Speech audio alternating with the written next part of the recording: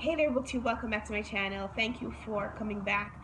I hope you will stick around for this video. Yes, my voice is still a little weird because I've been having this cold and somehow my voice just hasn't recovered. So I know it's a little strange. I probably sound more mature and sultry. That's the voice that I think I have. So if you don't think so, I apologize. Today I'm sharing with you my recap for the books I read for the summer reading challenge. Yes, I know it is November. I'm still talking about summer. I'll leave a link in my description box so you will see exactly what I'm talking about. Erin hosted a summer reading challenge that ran from July to the end of October, and the challenge was to read 10 books that fit into 10 very specific categories. But I ended up reading 10 books that I am glad that I read. Some of them were I was just glad that they were over. I was able to read a book that I've been wanting to read for a really long time, Tale of Two Cities by Charles Dickens. That was also really hard to get through because the time period, the language, and I had left it until the end of the challenge. So I was kind of pushing through and maybe not giving it the time that I really needed to devote to that kind of a complex story. Let's just get right into the 10 categories and the books that I chose and kind of what I thought about them. So I hope you stick around for that. The first category is a 5-point freebie where you could read any book that met the basic 200-page requirement. I read a lot of books during that period that didn't fit any other category, but the first book that I read in July was just the book that I put down, which was Where Angels Go by MaComber. This was a book that my mom had recommended me to read, and I really enjoyed it. It was about a group of angels who come to earth to help people kind of go through their problems, but they were kind of meddlesome angels, and so instead of helping the people go through their problems, they were trying to solve the problems for the people, and they made for a really interesting read. It was a book where a main character died, and but it wasn't a surprise because you knew that the character was going to die from the beginning. So I think I talk about that in a previous video, so I'll leave a link down below if you want to know more about that. That was my first MaComber book. If you like kind of simple books that just tell a simple story, not necessarily simplistic, but just, you know, uncomplicated, feel good stories, feel good books, I would recommend her. The next category was to read a book where the title starts with R. I read Remember Mia by Burt, which was a thriller, and it was about a woman who she was living in a house and she was starting to lose her mind. She lost her baby and she couldn't remember what had happened, and the police were thinking that she had killed her baby because she got into an accident, and everything seemed like it was self-inflicted. So the police and her husband were thinking that she had harmed the baby and was trying to cover it up. So because no one believed her, she kind of had to set out on some investigation on her own. The fact that she has lost her memory makes her an unreliable narrator. I think this was Burt's debut novel, and so I'd like to read more from her someday. The next category was another 10-point category, and that was to read a book where the title had 5 words. That I chose Everything I Never Told You by Celeste, which was a wonderfully written book. I gave that, I think, a 4.5 or 5 stars because I couldn't find anything wrong with it. As a matter of fact, the story was very similar to a story that I have been writing myself. It follows a family, and it follows each of the members of the family as they have become the people that they are at the point when the story happens. It has a very memorable first line. The first line is about Lydia being dead and nobody knows yet.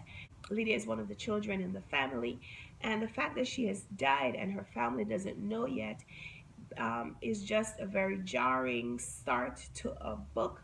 So going into the first couple of chapters, you're thinking that the I in Everything I Never Told You is about maybe the secrets that Lydia had that no one knows.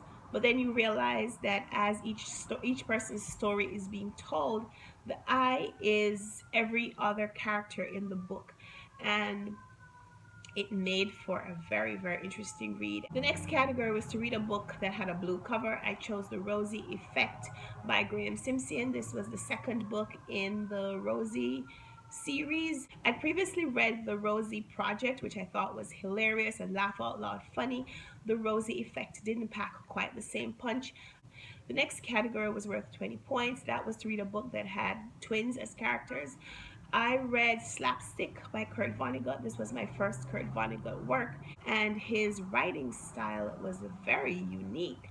His humor is really, that's the definition of slapstick. It took you to so many places that you didn't even want to go.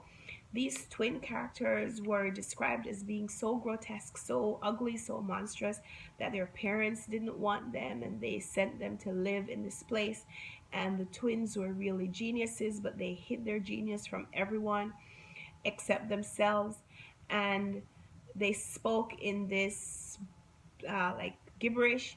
And the reason that it's slapstick is that, you know, real life twins are often thought to have kind of extrasensory communication, and this poked fun at that ability in a very unique way. I'm glad that this challenge kind of pushed me to read that book. The next category had a list of books that had been made into movies, and I chose Me and Earl and the Giant Girl by Jessie Andrews. I read this in the summer when I was participating in a readathon where I wanted to focus on just reading some young adult books. So that was the young adult book that I chose for that readathon as well as for this category. I had some real problems with that book, including the way the characters were portrayed. There was one black character in the book, Earl, and he was portrayed as just this very stereotypical, or what people consider to be stereotypically black, a kid from the projects who his family don't care anything about him, and he curses, and he is gonna be a high school dropout, and he works minimum wage jobs in McDonald's, and just I didn't like that. The fact that Earl was the catalyst for the me in the story to change, that wasn't enough to allow me to feel okay with how he was portrayed. And the language that was used in that book, I didn't think it was appropriate for the young adult audience that the book is marketed to, and so I didn't love that book. Next category was a 25-point biggie. It was to read a book that is set in a country you've always wanted to visit. I read Silver Bay by JoJo Moyes. It is set in Australia and England, both countries that I want to visit someday. And this also helped propel my project to read all the books that JoJo Moyes has published. The next category was to read some historical fiction. This was a 30-point category. I chose Beloved by Toni Morrison. I also have a challenge where I'm trying to read more Pulitzer Prize winners, so I was happy to be able to put Beloved into this category. I did a video last week on my thoughts on reading Beloved. I'm going to leave a link in the description box so you can check out that video as well. The next category was a 30-point music related book category, and I couldn't think of many books that had to do with music themes. So I went to Goodreads and I found a young adult book that was a music related category, because remember, this was in the period where I was trying to read more young adult books. So I chose Audrey Wait by Robin Benway. So this story is about a girl named Audrey who she's breaking up with her boyfriend. When she's leaving him, he yells out to her, "Audrey, wait!"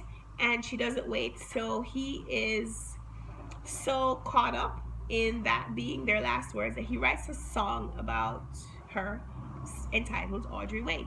And the song propels him and his band into the celebrity status, and suddenly the world is calling after her, Audrey Wait. And so the book is about the change in her life, how she deals with it. At the end of the day, it just wasn't my kind of book. So the last category was a biggie, 35 points to read a book that was originally published over 100 years ago. I have a lot of classics that I have never read, or that I read when I was really young and would like to reread, but there were two books that intrigued me as a child that I never got to, just because of the size of the books. Those books were Great Expectations and A Tale of Two Cities. So I remember as a child saying to myself, one day I'm going to read those books. And I hadn't yet. A few years ago, actually, I bought A Tale of Two Cities by Charles Dickens, and I planned to read it, just hadn't gotten to it yet. So this year I said I'm going to read it. And I put it in this challenge as the book that I was going to read that was published over 100 years ago. This is the book. 372 pages of story, plus another 50-something pages of annotations. I kept putting it off, because summer just isn't a time where I feel like reading classics. So the challenge was about wrapping up, and I still hadn't read this book, and I said to myself, okay, Karen, because I often speak to myself and call myself by name. I said, Karen, you have to read this book. This is the challenge. This is where the challenge is. This is where the rubber meets the road.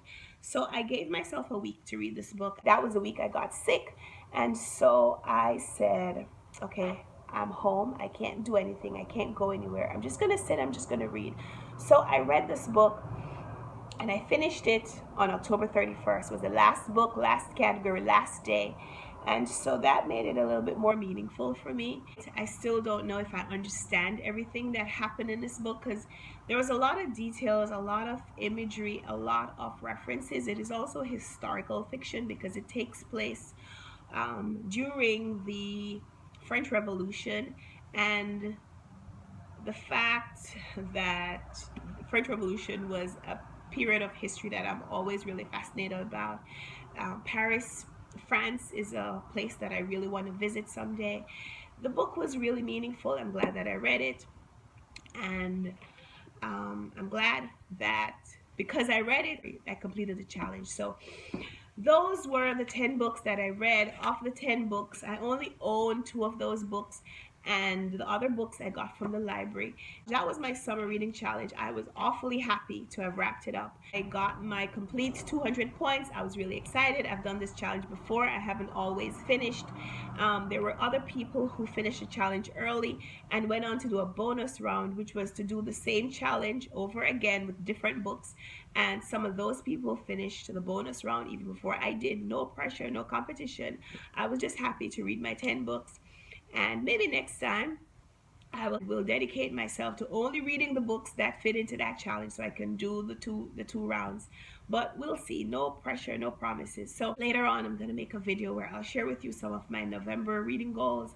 But I'll tell you right now that one of those is to do a more nonfiction reading. There is a nonfiction November challenge that I'd like to do, just because I read a lot of nonfiction anyway, and this will force me to keep reading nonfiction this month, because if you are on YouTube, you probably know that November is NaNoWriMo month, which means that all the participants are trying to write 50,000 words of a novel in November.